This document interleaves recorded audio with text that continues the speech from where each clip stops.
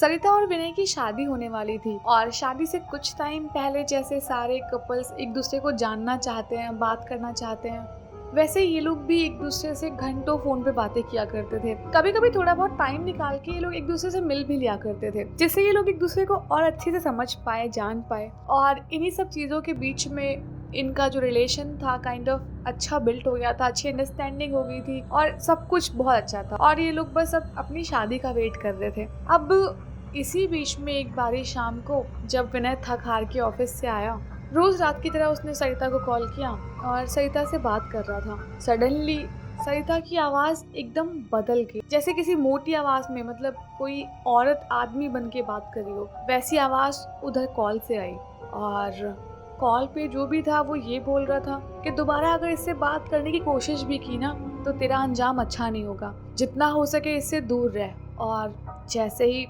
विनय ने ये सुना, फटाफट फोन कट कर दिया और अपने दोस्त को कॉल किया। इस दोस्त का नाम आकाश था और जो विनय था वो अपने इस दोस्त से सारी बातें शेयर करता था, क्योंकि बचपन के दोस्त थे ये लोग। और वो आकाश को बोलने लग गया कि यार अभी अभी जस्ट बात कर रहा था और ऐसे ऐसे पता नहीं कैसी आवाज इतनी अजीब सी आई और उसने मुझसे ऐसा क्यों बोला। तो आकाश ने विनय को बोला कि एक बार वापस से कॉल कर और उससे अच्छे से बात कर, क्या पता वो भी मजाक कर रही हो और तूने डर के मारे फोन काट दिया। तो विनय ने बोला कि यार सच में वो आवाज़ बहुत डरावनी थी और डर के मारे मैंने फ़ोन काट दिया। तो आकाश ने बोला कि ठीक है, कोई नहीं, अब जो हो गया, वापस कॉल कर, अच्छे से बात कर। ये बोल के आकाश ने फ़ोन कट कर दिया। अब विनय ने वापस सरिता के पास कॉल किया और फ़ोन जब इस बार उठा तो फ़ोन अब सरिता ने उठाया नहीं उठाया पता नहीं, लेकिन वही वापस से वो जो मोटी आवाज़ थी वो आई उधर से, तुझे बताया ना कि दोबारा से फ़ोन मत करना और जितना जल्दी हो सके इससे रिश्ता ख़त्म कर ले, ये तेरी कभी नहीं हो सकती। तो विनय ने सरिता को बोला कि यार सरिता ऐसे मजाक मत करो, वैसे भी मेरा दिन इतना अच्छा नहीं गया है,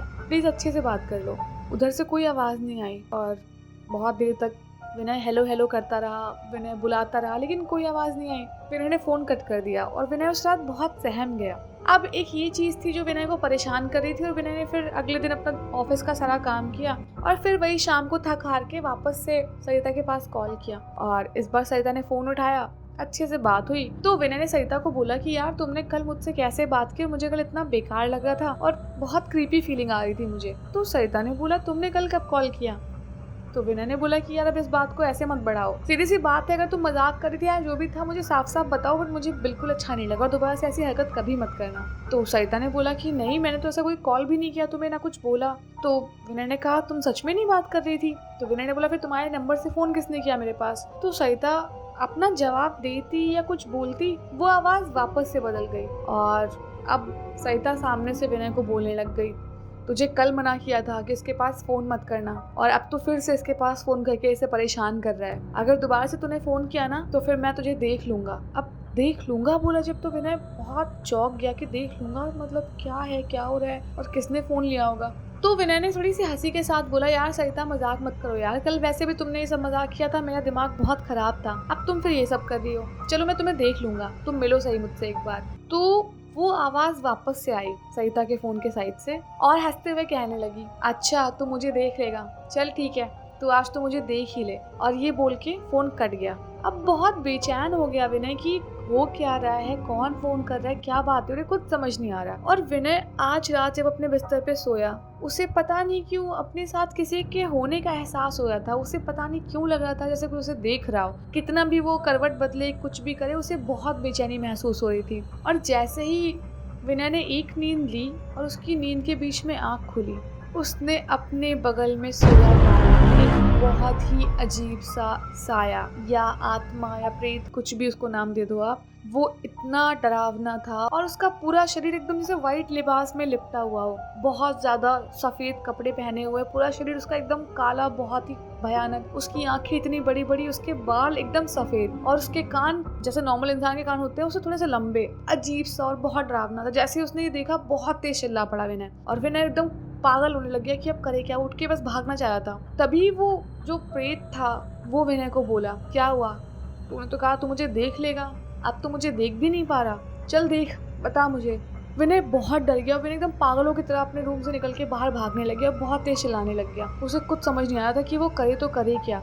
और वो प्रेत जो भी था वो जाते जाते विनय को ये भी कह गया कि अब दोबारा से कोई भी मतलब सरिता से मत रखना, वरना अंजाम अच्छा नहीं होगा तुम दोनों के लिए। और ये बोलने के बाद जो भी प्रेत उस घर में था वहाँ से एकदम गायब हो गया, जैसे कभी वहाँ पे था ही नहीं। विनय एकदम पागलों की तरह सुबह होने का वेट करने लग गया और जैसे ही सुबह हुई भागते हुए सबसे पहले सरिता के घर पहुंचा। सरिता के घर पहुंचते ही उसने गेट ऐसे नॉक करना शुरू किया जैसे कि बस वो हड़बड़ाहट में हो किसी। सरिता ने ही गेट खोला। जैसे ही विनय सामने आया, सरिता एकदम नॉर्मल थी, एकदम अच्छे से खड़ी थी। विनय को देख के मुस्कुराई और बोली, अरे विनय, तुम इतनी सुबह सुबह यहाँ क्या कर रहे हो?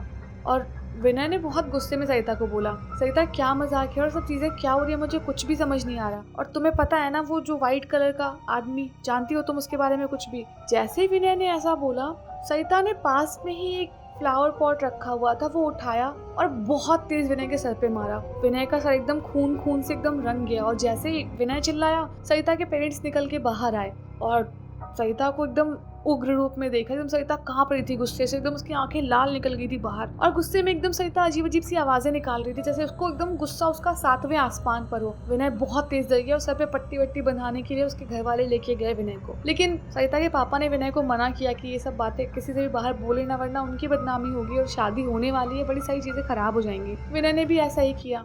अब जो भी चीज सरिता के शरीर में थी वो सबके सामने आ गई थी और सरिता अब सबके सामने ऐसा ही बिहेव करने लग गई। और जो भी प्रेत सरिता के शरीर में था वो नहीं चाहता था कि सरिता की शादी हो या शायद वो अपनी फैमिली आगे बढ़ाए या जो भी चीजें हो। और उस प्रेत ने कई बार इस चीज को उसके पेरेंट्स को भी बोला, विनय को भी बोला कि बस सरिता से दूर हो जाए। अब बहुत सारी कोशिशें की गई, डॉक्टर्स के पास गए, सब कुछ किया, इलाज करवाया, लेकिन कंडीशन में कोई सुधार नहीं हुआ। कंडीशन वैसे खराब की खराब ही थी और दिन पर दिन सरिता की तबीयत डाउन होती जा रही थी। डॉक्टर्स ने भी कहा कि भाई कोई भी बीमारी नहीं लगती, लेकिन पता भी नहीं चल रहा कि इम्प्रूवमेंट क्यों नहीं हो रही है। खैर अब बस रास्ता बचा था कि कोई भी बाबा या कोई पुजारी जो भी हो वो सरिता को ठीक कर दें, अगर कोई भी ऐसी चीज ऊपरी शक्ति टाइप की है तो। अब सरिता के पेरेंट्स ने पूछताछ चालू की, आसपास के लोगों से पूछा कि कैसे क्या कुछ आइडिया मिल जाए तो एक बहुत ही बूढ़े बाबा ने बताया कि शहर से कुछ दूरी पर एक मंदिर है, काफी सिद्ध मंदिर, अगर वहाँ पे ले जाते हैं सरिता को तो कोई ना कोई हल जरूर निकल जाएगा। लेकिन हाँ, उस टाइम सरिता के साथ में ऐसा कोई इंसान होना चाहिए जिसको सरिता बहुत मानती हो, क्योंकि सरिता की आत्मा को इस टाइम जिंदा रखना बहुत जरूरी है। अगर वो कमजोर पड़ गई तो जो भी प्रेत की शक्ति है वो उस पर भारी पड़ जाएगी और ये कभी भी उसकी आत्मा को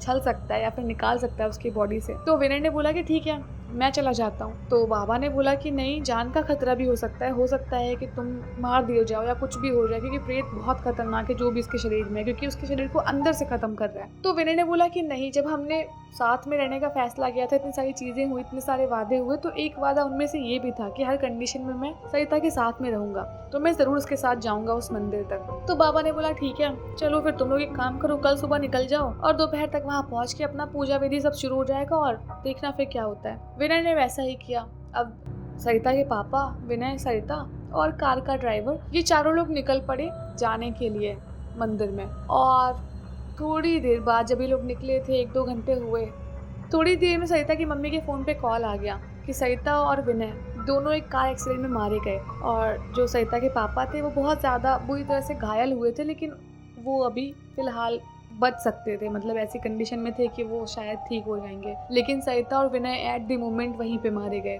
जो भी प्रेत सरिता के शरीर में था, शायद उसका मकसद जो भी था वो पूरा हो गया हो, वो शायद सरिता की आत्मा चाहता हो और वो उसको अपने साथ ले गया। और विनय ऐसा होने नहीं दे रहा था, तो उसने विनय को भी मारना ठीक समझा होगा। जो भी हो, लेकिन अब जैसा इन लोगों ने वादा किया था, अब जब प्यार करता है तो कोई कस्में वादे होते हैं ना, जीने मरने के साथ में, तो हो सकता है कि भाई अब मरना भी साथ लिखा उनकी किस्मत में, तो दोनों साथ में चले गए। और इस कहानी से हमें ये शिक्षा मिलती है कि कभी भी दूसरे घर में जाओ तो हेलमेट लगा के ज़रूर जाओ, वरना कोई क्या मार दे और कब सर फूट जाए कुछ पता नहीं। अच्छा, अगर स्टोरी अच्छी लगी तो वीडियो को लाइक कर देना और कमेंट करके बताना स्टोरी कैसी थी। और यार सब्सक्राइब करना तो तुम कहाँ ही भूलते हो यार, मैं क्यों ही भूलती हूँ, फटाफट सब्सक्राइब कर दो।